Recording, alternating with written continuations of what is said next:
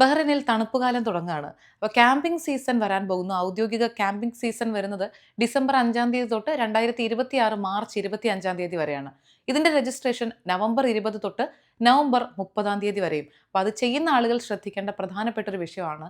സാക്കിർ പ്രദേശത്തൊക്കെ വാണിജ്യാവശ്യങ്ങൾക്കല്ലാതെ ടെന്റുകൾ അടിക്കുന്നവരിൽ നിന്ന് cleanliness deposit എന്നൊരു ഇനത്തിൽ 100 ദിനാർ ഈടാക്കാൻ ഇപ്പോൾ മുനിസിപ്പാലിറ്റി തീരുമാനിച്ചിട്ടുണ്ട്.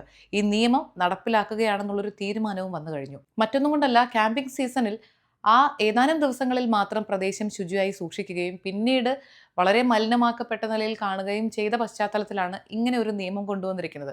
ഈ ഡെപ്പോസിറ്റ് ചെയ്യുന്ന തുക ക്യാമ്പിംഗ് സീസൺ അവസാനിച്ചു കഴിഞ്ഞാൽ, അല്ലെങ്കിൽ ടെന്റ് അവിടെ നിന്ന് എടുത്ത് മാറ്റുന്നതിന് ശേഷം വൃത്തിയായി പരിസരം സൂക്ഷിക്കുകയാണെങ്കിൽ തുക മടക്കി നൽകും.